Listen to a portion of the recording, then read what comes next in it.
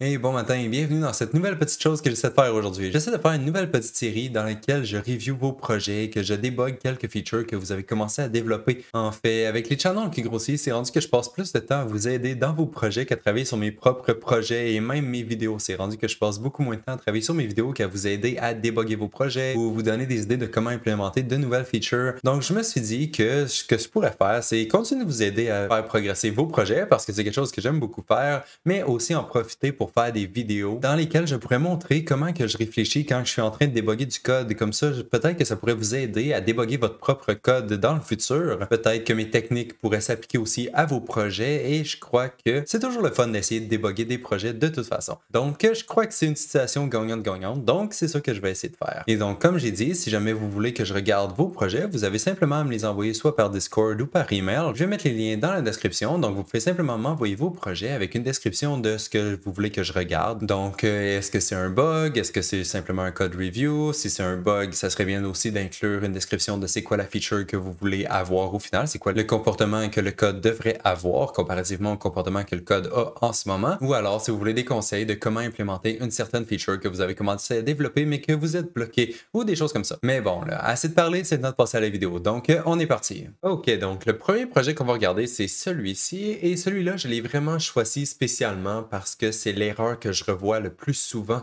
Donc, si je fais play ici en ce moment, eh bien, vous pouvez voir qu'il y a déjà beaucoup de rouge dans le log. Et si je fais stop, eh bien, vous avez le fameux message d'erreur que vous avez probablement déjà vu avant. Access none, trying to read property, grid visual. Dans ce cas-là, c'est le grid visual, mais dans votre cas, ça peut être n'importe quel autre objet de votre jeu.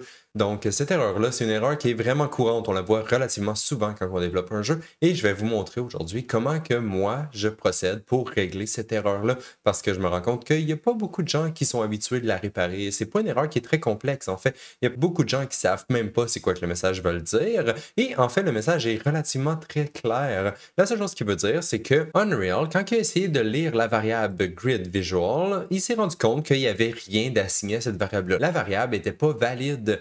Donc, vu que la variable n'est pas valide, il ne sait pas quoi faire, il n'est pas capable d'appeler les fonctions et ça cause un problème dans votre code. Si jamais vous étiez en C++, l'engin au complet aurait crashé, mais quand vous êtes en Blueprint, Unreal se protège et fait simplement vous printer un beau petit message d'erreur juste ici. Donc voilà. Donc là, la seule chose qu'on sait, c'est que notre grid visual, au moment où on essaie d'appeler notre code qui est écrit juste après, il est invalide. Donc on va aller voir c'est quoi qui se passe. Donc moi, dans mon cas, ce que je fais pour réparer cette erreur-là, je fais simplement cliquer sur les liens qu'il y a dans le message log. Donc premier lien ici, c'est le set value. Donc là, je vais déplacer le log, on va le mettre juste ici. Voilà. Donc ici, quand on essaie de faire un set value à l'intérieur de notre tab grid, on essaie de lire une valeur qui est à l'intérieur de notre grid visual. Ça, c'est la grid visual ici que Unreal dit qu'il n'est pas valide. Donc ici, ça essaie de lire la property grid visual, qui est notre variable qui est juste ici. Quand on essaie d'appeler la node setValue qui est juste ici, donc quand on appelle setValue, il essaie de lire la valeur à l'intérieur de notre grid visual et notre grid visual n'est pas valide, donc il n'est pas capable de lire la valeur qui est à l'intérieur. Jusque-là, c'est simple. Ça fait simplement nous dire que notre variable de grid visual à l'intérieur de notre grid est pas valide. Et ça, en fait, ça devrait causer beaucoup de problèmes. Pas simplement une petite erreur comme ça dans l'interface, parce que là, ici, nous sommes dans notre interface de debug. Donc ça, quand je vois ça, je trouve ça un petit peu étrange, parce que ici, la variable grid est valide, parce que Unreal nous a pas dit que la variable de grid n'était pas valide. Donc, il a été capable de lire la grille, mais quand il était rendu à lire la variable grid visual, elle n'était pas valide. Donc, la grille est valide, la variable de grid visual n'est pas valide. OK. Donc, ça veut dire que tous les autres endroits où on essaie d'utiliser le grid visual dans le jeu au complet ne devraient pas fonctionner non plus. Et comme je suis très au courant du projet, je sais que ça devrait causer beaucoup de problèmes. Donc, je vais simplement passer à la prochaine erreur, parce que celle-là ici, la première erreur, c'est juste dans le menu de debug. Je ne crois pas que c'est un des problèmes les plus majeurs. Donc, je vais simplement passer à la prochaine ligne ici, qui est la même erreur, qui essaie aussi de lire la property grid visual, mais là, on est ailleurs. On est quand on essaie de détruire le grid visual. OK, ça, c'est étrange un peu. Je vais cliquer dessus, aller voir c'est quoi qui se passe. Donc là, nous sommes dans le BP grid, et même dans le BP grid, le grid visual n'est pas valide. Ça, c'est vraiment étrange, parce que le grid visual, c'est un élément important du jeu. Donc, étant donné que notre grid visual n'est pas valide, on va essayer de trouver c'est à quel endroit est-ce qu'on set cette valeur-là pour être sûr qu'on lui set une valeur qui est valide. Parce que si on lui set jamais une valeur valide, la valeur ne sera jamais valide, évidemment. Donc, je vais juste fermer mon message log ici. Je vais juste faire un find référence sur ma variable. Donc, find référence, ça va me montrer tous les endroits où la variable est utilisée juste ici en bas. Et ce que je vais faire, c'est aller à l'endroit où on set notre variable. Donc, je l'ai juste ici, le set grid visual. Et si je regarde de toutes les autres en dessous, c'est juste des get, j'ai aucun autre set. Donc, c'est le seul endroit où on set cette variable-là dans notre blueprint et en fait dans tout le jeu au complet, je crois. Donc, je vais aller à cet endroit-là. Ici, on set notre grid visual à l'intérieur du construction script. Donc, on prend notre child actor de grid visual, on prend le child actor, on le cast en grid visual et ensuite on set notre variable. Ça devrait très bien fonctionner. C'est la bonne façon de faire. Donc, ce que je vais faire, c'est me mettre un petit breakpoint. Donc, avec F9 sur le clavier, ou sinon vous faire clic droit dessus et choisir l'option toggle breakpoint. Donc, ça va vous rajouter un breakpoint sur votre node. Et ça, ce que ça va faire, c'est quand vous allez jouer au jeu, quand le code va se rendre jusqu'ici, il va arrêter, il va prendre une pause pour vous laisser le temps de débugger le résultat de l'opération. Donc là, ce que je vais faire, c'est simplement aller jouer le jeu. Je vais faire play encore une fois. OK, étrangement, mon breakpoint n'a pas brisé, donc je vais juste faire stop, retourner voir dans ma grid. Et ici, juste en haut, je vais simplement me sélectionner mon BP grid. Comme ça, au moins, on sait quel objet qu'on est en train de débugger. Donc ici en haut, je sélectionne mon BP grid. Oups, je vais revenir ajuster. Je sélectionne mon BP grid. Et maintenant, si je fais play, là, le breakpoint devrait briser. Et il n'a pas fonctionné. Bon, OK, super. Je vais faire stop, je vais retourner dans mon blueprint et ici, dans le fond, c'est juste parce qu'on est dans le construction script et parfois le breakpoint ne fonctionne pas en construction script. Donc, je vais simplement retirer mon breakpoint et le remplacer par un print string. Donc, un bon vieux print string pour essayer de débugger le nom de notre grid visual. Donc, je vais juste le connecter à mon print string. Comme ça, là, je vais pouvoir printer le nom de mon grid visual si ça fonctionne. Et en fait, comme on est dans le construction script, je ne devrais pas avoir besoin de jouer au jeu pour le savoir. Je devrais simplement avoir besoin de compiler mon blueprint. Donc, je compile mon blueprint et ici, dans le log, on peut voir que mes prints sont apparus. Et en fait, on voit qu'il n'y a rien. Donc ça m'indique que la variable est vraiment invalide à ce cas ici. Juste pour valider, je vais simplement faire un petit append ici pour faire sûr que c'est bien ce print-là qui se fait printer. Donc, je vais écrire potato, espace, et le nom de ma variable. Et maintenant, si je compile, on voit qu'il écrit potato et qu'après, il n'y a pas de nom. Donc, ma variable est vraiment pas valide à ce moment-là. Donc, OK, notre problème est déjà là dès le début. On va retourner voir dans notre BP grid. Et pourquoi est-ce que notre set ici ne fonctionne pas? Et en fait, la seule raison pourquoi que ça pourrait arriver, c'est que notre cast ne fonctionne pas parce que notre child actor n'est pas la bonne classe. Donc ici, je vais sélectionner mon child actor grid visual que j'ai juste ici à gauche et je vais regarder sa classe juste pour faire sûr qu'elle match avec la classe de notre blueprint qu'on essaie d'appliquer. Donc il faut que ce soit un grid visual. Et en fait, ici, si je regarde, on peut voir que c'est BP debug text on tile. OK, ça c'est étrange. C'est possible qu'il y ait eu une erreur. Donc je vais simplement le remplacer par le grid visual comme c'était avant. Donc BP grid visual. Maintenant, si je compile et que je retourne voir dans l'éditeur, je devrais voir potato dash grid visual. Donc, on voit que ça fonctionne bien ici. J'ai mon grid visual qui est apparu et même le child actor ici, il est valide aussi. Il y a un nom un petit peu différent parce que ça correspond au nom qui est utilisé ici dans la fenêtre, dans le viewport qui est juste ici. Donc, c'est son nom à lui. C'est pour ça qu'il y a un nom généré étrange comme ça, gen variable. Mais sinon, notre BP grid visual ici à ce moment-là est rendu valide. Potato dash grid visual. Donc, ça semble bon. OK, parfait. Maintenant, je vais juste clearer mon log. Et maintenant, si je fais play, ça devrait réparer nos erreurs. OK, parfait. Ça a réparé nos erreurs. Maintenant, notre message log n'est plus tout rouge. Et si je regarde dans mon log ici, ce n'est plus rouge non plus. Super. Donc maintenant, ça veut dire que dans le fond, quand on a changé la classe de notre child actor grid visual pour qu'elle ait la bonne classe, lorsque le construction script s'est exécuté ici, notre child actor avait la bonne classe. Donc le cast avait fonctionné. Donc notre variable grid visual était devenue valide, ce qui fait en sorte que tous les endroits dans le jeu au complet où ce qu'on veut utiliser le grid visual sont maintenant réparés parce que, dans le fond, c'était la source du problème. Le problème était vraiment que notre variable n'était pas valide. Et c'est ça que ça veut dire quand c'est écrit access to none trying to read property, le nom de votre variable. Donc voilà. Maintenant, on a réparé notre variable de grid visual, mais par contre, on n'a pas terminé encore avec ce projet-là parce que je me suis rendu compte quand que je testais pour faire sûr que le projet fonctionnait correctement, tous les éléments du projet fonctionnaient correctement, parce que dans le fond, j'ai pas ouvert le projet depuis un an, donc je ne savais pas trop. Donc j'ai testé un peu tout. Donc j'ai testé l'ajout de cases, ça fonctionne, retrait de cases, ça fonctionne, augmenter la hauteur des cases, les baisser et tout. Donc vraiment, j'ai tout testé les éléments de jeu, tout fonctionne bien. Sauf le select tile ici. Quand on sélectionne notre select tile et qu'on fait un clic gauche, ça sélectionne la case, comme habituellement. Mais par contre, si je fais un clic droit, notre erreur revient. accessed none trying to read property selected action right click. Donc ça nous dit que notre right click n'est pas valide quand on essaie de l'exécuter. Quand on fait un clic droit ici, on essaie d'exécuter notre right click et Unreal nous dit non, non, non, tu peux pas l'exécuter, la variable n'est pas valide. Donc on va aller voir c'est quoi le problème et j'aime que c'est encore dans le même thème du accessed none trying to read property. Donc ça c'est bien. On va aller voir ici où est-ce qu'on essaie de l'exécuter. Donc la première ligne ici, on va cliquer sur le execute action qui est le nom de la fonction qu'on essaie d'utiliser notre right click et elle est juste ici. Donc, on essaie d'exécuter notre right-click et comme notre right-click n'est pas valide, on n'est pas capable d'exécuter notre action et ça nous fait une erreur. Donc, juste pour valider que notre right-click n'est vraiment pas valide à ce moment-là, je vais me mettre un breakpoint et ça devrait fonctionner cette fois parce qu'on est dans un autre événement que le construction script. Donc, je vais simplement placer ma table juste ici. Je vais sélectionner mon BP Player Action pour faire sûr que je débug bien le bon objet, donc BP Player Action. Et ensuite, si je retourne dans le jeu et que je fais un clic droit, notre breakpoint a fonctionné. Donc ici, Unreal nous amène à cette partie-là du code. Et maintenant, ce qu'on peut faire, c'est passer notre souris sur nos variables pour savoir ce qu'elles contiennent. Donc ici, mon Selected Action right-click, on voit qu'il est unknown, donc il n'est pas valide. Et ici, on peut faire la même chose pour toutes nos autres variables. Donc ici, notre overtile, on voit qu'il est écrit 8.8. Donc la case qui est over, elle a les coordonnées 8.8. Parfait, ça, c'est pas un problème. De toute façon, on sait déjà, le problème, c'est dans cette variable-là ici qui n'est pas valide. On le voit très bien, il n'est pas valide. Mais dans le fond, pourquoi qu'on essaie d'exécuter notre action si elle n'est pas valide? On devrait regarder ici si elle est valide et l'exécuter seulement si elle est valide. Et ici, en fait, on dirait qu'elle est valide avant. En fait, on dirait, mais c'est pas vraiment le cas.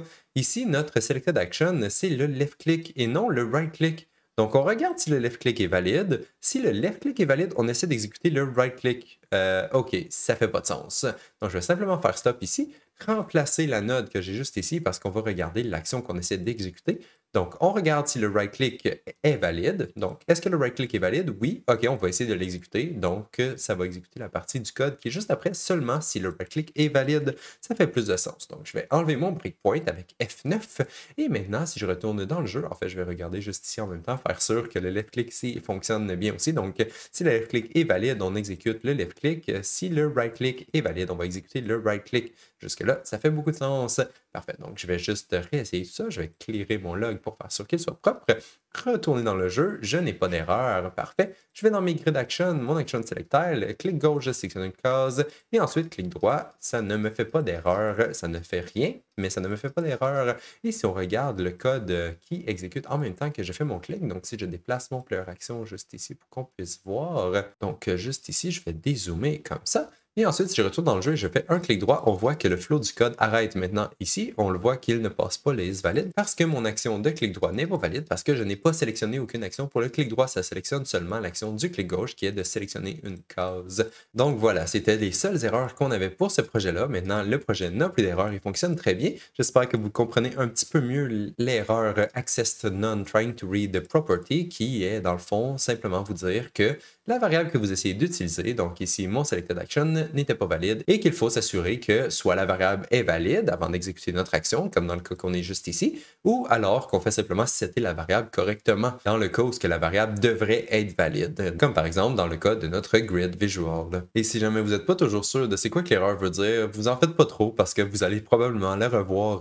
relativement souvent et vous allez devenir habitué dans pas trop long. Parfait, donc ça, c'était les seules erreurs qu'on avait dans ce projet ici et maintenant on peut passer au prochain projet. Et nous voici dans le deuxième projet qu'on va regarder aujourd'hui. Et en fait, comme je ne suis pas super bien organisé, je viens simplement de me rendre compte que, en fait, c'est le même problème qu'on a dans ce projet-ci qu'on avait dans le projet précédent. C'est encore la même erreur de access none trying to read property. Par contre, cette fois-ci, c'est un petit peu différent parce que la personne qui a fait ce projet-là a décidé de rajouter plein de is valides partout et à la place d'avoir des erreurs dans le message log, ce que ça nous fait, c'est des prints parce que la personne a décidé de remplacer toutes les erreurs qu'il y avait dans le message log par des prints faits par lui-même. Donc, c'est une bonne idée. Si vous voulez supporter les erreurs de votre côté, vous pouvez le faire. Mais par contre, vous allez voir que quand on essaie de réparer le problème, ça nous cause un petit peu de problème parce qu'il faut fouiller dans le code nous-mêmes pour trouver les endroits où ce que le code a de la difficulté à s'exécuter. Mais bon, on va regarder ça dans pas trop long. La première chose qu'il faut faire, ça va être de tester le projet. Donc, on va tester le projet. Donc, je vais juste faire play et ça m'ouvre le projet ici à droite. Et donc, ce projet-là, il est un petit peu différent du projet précédent parce que c'est basé sur la première série tutoriel que j'ai fait sur mon channel de Pathfinding. Donc, la première série de Pathfinding que j'ai fait sur mon channel, il doit dater de 7-8 ans, je sais pas, ça fait super longtemps. Donc, je me rappelle vraiment plus du projet. Donc, c'est relativement nouveau à mes yeux. Donc, c'est intéressant parce que c'est du code que je connais pas par cœur. Donc, c'est un plus gros challenge d'essayer de trouver comment réparer les problèmes. Donc, voici, c'est encore une grille de Pathfinding. Donc, ça se ressemble quand même. Et si je sélectionne une case, je devrais être capable de voir le chemin qui se dessine de ma case que je viens de sélectionner à ma case que j'ai sous ma souris. Et en ce moment, on voit qu'il y a plein de prints dans l'écran qui dit que mon tile acteur n'est pas valide et donc il ne dessine pas le path de la première case vers la dernière case. Donc, on voit que mon acteur n'est pas valide, même chose qu'avant, c'est juste que là, c'est écrit en format d'un print string au lieu d'avoir une erreur dans le message log. Donc, ça fait en sorte que si jamais je fais stop, je n'ai aucune indication qui me dit quel endroit où ce que le code n'a pas réussi à s'exécuter parce qu'il y a un print string. Donc, à la place, ce qu'on va devoir faire, c'est aller regarder ici dans notre output log, ça nous dit que le print string est à l'intérieur du BP grid. Donc, il va falloir ouvrir le BP grid et essayer de trouver notre print string pour essayer de voir c'est quoi qui fait en sorte que ce print string-là se fait appeler et que le path ne se dessine pas.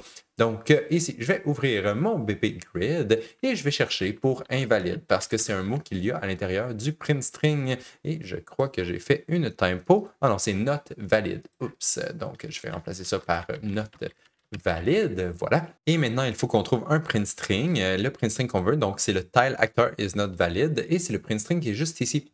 Ici, on arrive et on regarde que notre tile actor, il est valide. S'il est valide, on exécute le code. S'il n'est pas valide, on print la string. Et on voit ici le isValid qui nous empêche d'ouvrir le message log parce que ici, notre fonction ne se fait pas appeler. C'est cette fonction-là ici qui causerait un problème qui fera en sorte que le message log s'ouvre.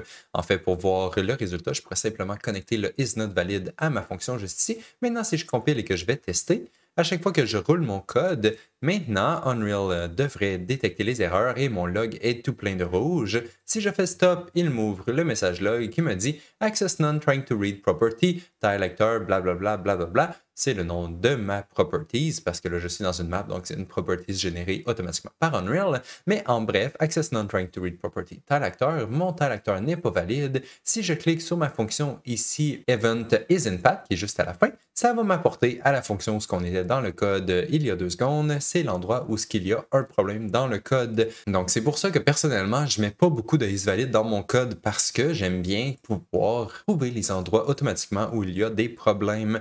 Par contre, je vais dire que les isValid ne sont pas toujours une mauvaise chose. Dans ce cas-là ici, j'ai l'impression que c'est une mauvaise chose parce que ça fait simplement cacher un bug. Mais par contre, si jamais le isValid fait partie de la logique de votre code, comme on avait vu juste avant dans le projet précédent où ce que, quand on n'avait pas d'action de sélectionner pour le clic droit, on ne voulait pas l'exécuter. Donc, on regardait si le clic droit, l'action qui est assignée au clic droit était valide avant d'essayer de l'exécuter. Dans ce cas-là, c'est un isValid qui est correct à mon avis parce que le isValid regarde vraiment si la variable a été assignée, si jamais il y a de la logique à exécuter avec cette variable-là, et ainsi de suite. Mais par contre, dans un cas comme ici, j'ai l'impression que si on arrive dans cette fonction-là qui nous dit d'highlighter le path, donc j'assume que cette fonction-là devrait avoir trouvé un path qui est valide et qu'il essaie de le dessiner, j'assume que le tile actor assigné à ma case devrait être valide en tout temps. Si jamais il n'y a pas de tile actor assigné à la case de mon path, je crois que c'est considéré comme une erreur parce qu'il y a toujours des tile acteurs d'assignés à chacune de nos cases. Donc, dans mon cas, ici, ce que je ferais, c'est simplement supprimer le isValid pour que le message log nous apporte juste ici à chaque fois qu'il y a une erreur et il faut fixer cette erreur-là. C'est pas juste un petit print qui va être suffisant parce que je crois que c'est un plus gros problème que simplement une case qui était valide parce qu'on ne sera pas capable de dessiner notre path du tout. Donc, c'est vraiment pas une bonne chose. Mais bon, ça, c'était un détail parce que ça ne règle pas vraiment notre problème. Maintenant, on sait juste que le problème existe quand on fait play. Maintenant, ça nous le dit immédiatement qu'il y a un problème à cet endroit-là dans notre code. Mais là, il faut le réparer. Donc, si je retourne ici, le problème, c'est que mon tile actor n'est pas valide à l'intérieur de mon mapping. OK, pourquoi est-ce qu'il n'est pas valide? OK, est-ce qu'on a oublié de l'assigner quand on spawnait nos acteurs? C'est possible. Est-ce qu'on a détruit la case par erreur? C'est possible aussi. Donc, il faut trouver c'est quoi le problème et le réparer. Donc, pour faire ça ici, vu que c'est à l'intérieur d'un mapping, c'est un peu plus compliqué parce que c'est pas juste une simple variable à trouver toutes les références de cette variable-là et essayer de voir où est-ce qu'elle est assignée et essayer de voir si elle est bien assignée. Dans ce cas-là ici, c'est dans un mapping, donc c'est un peu plus complexe parce que le mapping il va être utilisé partout. Donc je peux simplement faire un clic droit et faire un find référence sur le mapping et on peut voir que, en fait, si j'ouvre ici le find result, elle est utilisée vraiment partout. Donc, OK, c'est pas vraiment une bonne façon de trouver où est le problème. En fait, on peut simplement regarder à tous les endroits où que notre structure, notre mapping de structure est utilisé. Ici, on peut voir qu'il y a un add, donc c'est bien, notre tile acteur est ajouté, ça c'est bien. Ensuite, je peux aller voir le prochain. Ici, parfait. Je fais un find, je fais un add. Tout est beau. Mon tile acteur est ajouté. Ici, je fais juste un find, c'est pas un problème. Ici, je fais juste un find, c'est pas un problème. Donc, on va voir que ça va prendre du temps si on les regarde tous un par un. Donc, à la place, ce que je vais faire, c'est regarder pour le add. Parce que c'est quand on fait un add sur un mapping qu'on modifie les variables qui sont à l'intérieur du mapping. Donc, ici, je vais regarder tous les endroits dans le code où il y a un add sur le mapping. Donc, je vais simplement faire un find de référence sur le add à la place. OK, on en a quand même beaucoup, mais on en a quand même moins. Ça paraît pas vite comme ça, mais il y en a moins parce que ici, si on regarde bien, toutes les adds uniques ne nous concernent pas, toutes les int plus int ne nous concernent pas. Donc, il reste simplement les deux adds qu'il y a ici, le add qu'il y a là. Donc, on va y aller d'un à l'autre. Donc, mon premier add que j'ai ici, OK, tout est bien, mon tile acteur se fait passer. Mon deuxième add, mon tile acteur se fait passer. Parfait. Troisième add, oh, OK, je crois que c'est là le problème. Notre tile acteur ici n'est pas passé. J'assume que la personne qui a fait le projet voulait assigner ces nouvelles variables qui sont juste ici et a oublié de reconnecter le tile acteur. De la même façon qu'il avait connecté le ground type, le world location, grid index, on dirait qu'il faudrait reconnecter le tile acteur. Donc, je vais simplement connecter le tile acteur, je vais compiler et on va aller voir si ça règle notre problème. Donc, je vais juste faire play ici. Même chose, je vais sélectionner ma case et bouger. Et en fait, ça n'a pas réglé le problème. OK, top. Et ça nous apporte exactement au même endroit. OK, on va aller voir s'il y a une autre erreur ailleurs. Parce que ça, je crois que c'est une erreur. Juste pour faire sûr, peut-être qu'on pourrait le déconnecter ou on pourrait le garder. Mais j'assume que c'était une erreur. Je regarde le code comme ça, puis on dirait que la variable devrait être reconnectée. Comme toutes les autres variables qui sont ici en haut, excepté les variables qui sont en bas. Donc, je vais le laisser comme ça pour l'instant. Donc, je vais aller ici, add unique, int, float, ça n'a pas d'importance. Maintenant, j'ai un autre add. On va aller voir ici. Mon tile acteur n'est pas connecté. OK. Est-ce que c'est normal que mon tile acteur ne soit pas connecté ici? Donc ça, c'est un petit peu étrange. Où suis-je? Je suis dans ma fonction Generate Map Data from World. OK, donc je suis en train de générer le data et j'ai 3 adds dans cette fonction-là. Donc j'en ai un ici, un là et un là. Et dans aucun des 3, je set le tile acteur. OK, donc si jamais cette fonction-là se fait exécuter après avoir créé tous les acteurs de notre grille, ça va briser cette variable-là. OK. Est-ce que c'est possible que ça arrive? Je ne sais pas. Mais vu que c'est la fonction qui génère le data, j'ai l'impression que, j'y vais juste par nom, que ça ne devrait pas être un problème que l'acteur ne soit pas généré à ce moment-là. Parce que j'ai vu qu'il y avait une autre fonction ici, spawn tile, et je crois que c'est à l'intérieur de cette fonction-là qu'on crée les cases et qu'on les ajoute dans le mapping. Enfin, on va aller voir, j'ai mon add qui est juste ici, et voilà, j'ai mon tile acteur qui est connecté. Et je crois que c'est le tile acteur, voilà, spawn tile acteur, ben spawn acteur BP grid tile. On crée l'acteur et ensuite on l'ajoute dans notre mapping. Donc, c'est à partir de ce moment-là que les acteurs devraient commencer à être valides dans le mapping. Et juste pour faire ça, on va s'assurer que la fonction spawn tile est appelée après la fonction generate map data. Donc, je vais simplement retourner au tout début ici, faire un find de référence sur notre spawn tile. Regardez notre fonction spawn tile qui est juste ici et elle est appelée tout de suite après le generate map data from world. Donc, on génère le map data qui nous remplit un mapping avec plein de trous pour tous les tile acteurs et ensuite on spawn les tile acteurs et on les assigne à l'intérieur du mapping. Donc parfait, jusque-là, tout fait du sens. OK. Par contre, là, on n'avait pas fini de regarder toutes les adds, donc je vais simplement faire un find de référence sur mon add encore une fois, descendre jusqu'où on était rendu et on était rendu tout ici en bas. Donc j'ai un nouveau add, on va aller voir le add, mon tile acteur est connecté, donc je prends mon ancien et je le mets dedans, ça ne devrait pas causer de problème. Add encore une fois, même chose, le tile acteur est passé. Add encore une fois. Oh, celui-là n'est pas connecté. OK, on va aller voir pourquoi. Ici, en fait, c'est exactement le même code que l'autre. Hein? Où suis-je? Je suis dans Find Path to Target et l'autre endroit où il y avait ce code-là, c'était ici, je crois. Oui, c'est le même code et c'était, si je scroll et que je me tasse, oh, le début est loin. Et ici, c'était dans Debug Find Path Target. OK. Les deux events sont complètement pareils. Donc, si je zoom out, on voit que ça ressemble à ça. Et ensuite, si je vais dans Find Path to Target et que je zoom out, Ça l'a étrangement. OK. On dirait du duplicate code. C'est un peu étrange. Je sais pas laquelle des deux qui est utilisée, mais bon, on va le reconnecter ici parce qu'on l'a reconnecté dans l'autre. Donc, techniquement, je vais faire la même chose dans les deux et on va voir si ça règle le problème. Donc, OK, j'ai un autre ad juste ici. Celui-là est connecté. Je vais juste finir de regarder tous mes ads. Donc, lui, il est connecté et c'était le dernier. Parfait. Donc maintenant, je vais compiler, sauvegarder encore une fois, et on va aller essayer, voir si ça règle notre problème. Donc maintenant, si je sélectionne ma case, et oh wow, ok, ça a réglé le problème. Maintenant, on a notre patte. Si je passe ma souris, il fonctionne. Je peux cliquer sur la prochaine case et on voit que tout fonctionne bien. Parfait. Hey, ça a réglé le problème. Cool. Ça, c'est bien. Mais par contre, on ne sait pas pourquoi les liens étaient déconnectés en Blueprint. Est-ce que c'était une erreur de l'utilisateur? Ce que j'assume que c'était parce que maintenant tout fonctionne bien. Donc, j'assume que c'était une erreur de l'utilisateur. Ou alors, c'était voulu. Mais j'assume vraiment que c'est une erreur de l'utilisateur vu que ça fonctionne. Donc, pour essayer de réduire les chances que ça arrive encore une fois, que dans le fond, les liens ne soient pas connectés correctement. Donc, si je retourne dans ma grille ici, dans le fond, le problème, c'était simplement que notre tile acteur n'était pas connecté. C'est simple à manquer. C'est une simple pin qui est déconnectée. Donc, ça, c'est pour ça qu'à la place de faire un break comme ça et de tout reconnecter les liens manuellement comme ça, habituellement, j'essaie de recommander d'utiliser le set members in. Et ça, ce que ça permet de faire, c'est de simplement connecter les liens que vous voulez modifier. Vous n'avez pas besoin de reconnecter tous les autres liens que vous ne voulez pas modifier. Donc, je vais faire un exemple juste ici. Donc, ici, on veut faire un find à l'intérieur de notre mapping. On veut modifier quelques variables, seulement les variables qui sont connectées en bas ici, donc seulement les petites variables qui sont juste ici. Peut-être le neighbor aussi, vu qu'on le modifie, mais on ne veut pas toucher à toutes les autres variables. Donc, ce qu'on va faire, c'est faire un find, encore une fois, parce qu'on veut trouver la variable actuelle dans le mapping. Je vais le recombiner juste pour avoir accès à notre structure de cette façon. Donc, on a notre structure. Donc, ici, vu qu'on veut simplement modifier certaines variables, je vais faire un set members in. Et ça va me donner une fonction qui me permet de setter seulement les variables que je veux dans ma structure. Et dans notre cas, en ce moment, on veut modifier le local current neighbor, donc la première pin. Et en fait, la première pin, c'est pas vraiment une pin. Vu qu'il s'était splitté, je me suis mélangé, mais c'était pas vraiment une pin. Ça, dans le fond, c'est simplement l'index de notre mapping. Donc, on n'a pas besoin de toucher à ça. La seule chose qu'on veut modifier ici, c'est le final cost, cost from start, estimated et previous style. Donc, on va cocher seulement ceux-là. Final cost, cost from start, estimated et previous style. Seulement ces quatre variables-là. On n'a pas besoin de reconnecter toutes les autres. Je vais reconnecter mes liens en bas ici. Donc, le final cost, cost from start, estimated et previous style. On va les connecter de cette façon.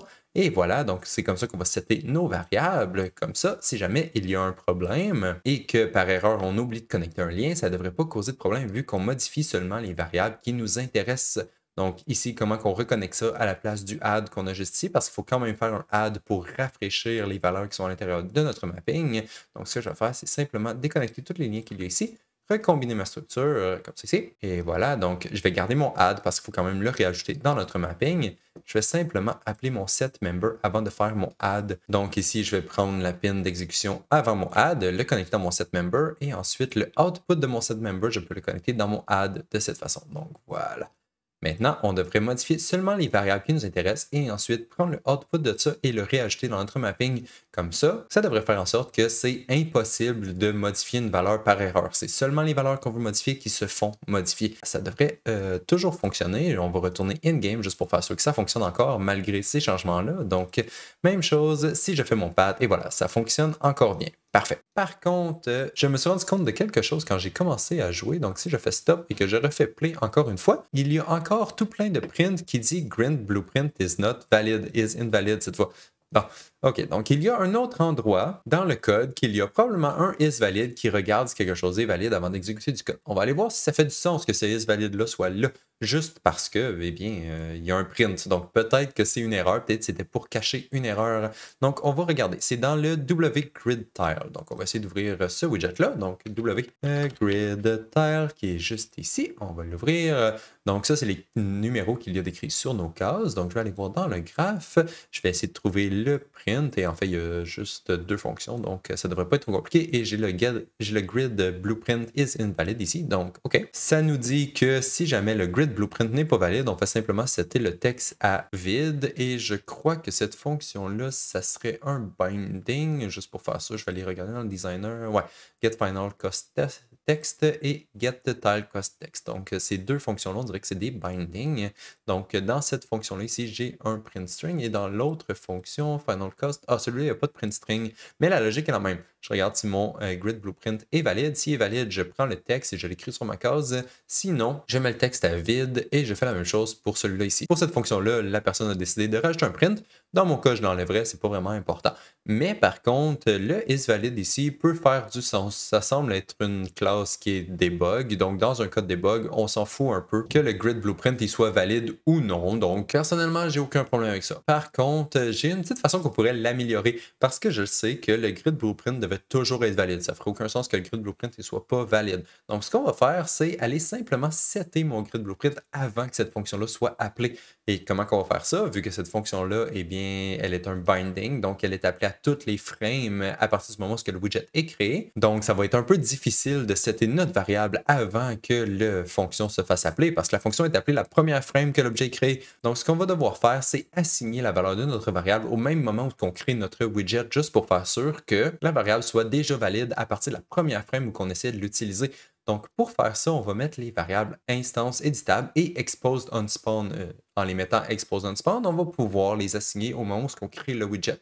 Donc, ce que je vais faire, c'est ouvrir les deux petits yeux ici, parce qu'il y a aussi le grid index qui est utilisé en bas, donc pourquoi pas le passer en même temps. Donc, j'ai mon grid blueprint ici et je vais aussi le mettre expose on spawn. Donc, je coche la petite case qui est ici. Même chose pour le grid index, expose on spawn. Parfait. Maintenant, je vais compiler. Et ensuite, il faut le trouver l'endroit où ce widget-là est utilisé. Donc, je vais retourner dans mon Content Browser, chercher l'endroit où le widget est utilisé avec la référence Viewer. Dans la référence Viewer, ça me dit que le widget est utilisé à l'intérieur du BP Grid Tile. Parfait. On va ouvrir notre BP Grid Tile qui est juste ici. Et en fait, je vois le widget component ici directement dans le viewport avec les chiffres.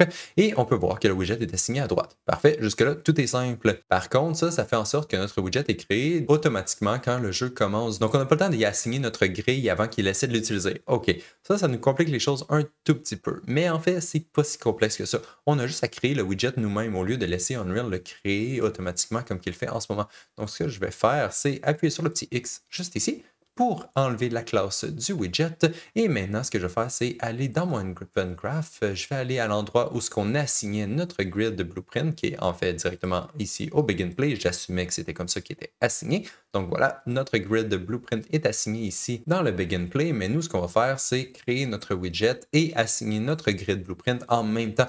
Donc, ce que je vais faire ici, c'est me créer mon widget. Donc, create widget, parce qu'il n'est plus créé automatiquement parce qu'on a cancellé la classe qui est dans le widget juste ici. On l'a cancellé. Donc, il n'est plus créé automatiquement. Donc, on va devoir le créer nous-mêmes, que widget grid tile. Vu qu'on a mis nos variables exposed on spawn, on va pouvoir les assigner directement quand on crée notre widget. Donc, je vais prendre mon grid index et le connecter ici. Même chose que mon BP grid. Je vais les connecter et ensuite, je peux simplement appeler mon create widget. Mon widget est créé. On n'a plus besoin de setter les variables après parce qu'ils sont déjà setés à l'intérieur du widget.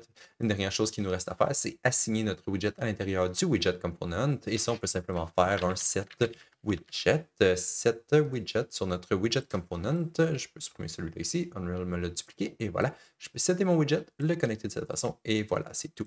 Donc maintenant, on crée notre widget manuellement. Unreal ne le crée pas automatiquement. On lui passe les variables en même temps qu'on le crée. Et ensuite, on set notre widget sur notre widget component qui est juste ici. Et là, ça devrait faire en sorte qu'on ne devrait plus avoir de print quand on fait play. Donc voilà, ça fonctionne. Il n'y a pas de print parce que nos variables sont déjà settées automatiquement dès la première frame, vu qu'on les a settées au même moment où on a créé notre widget.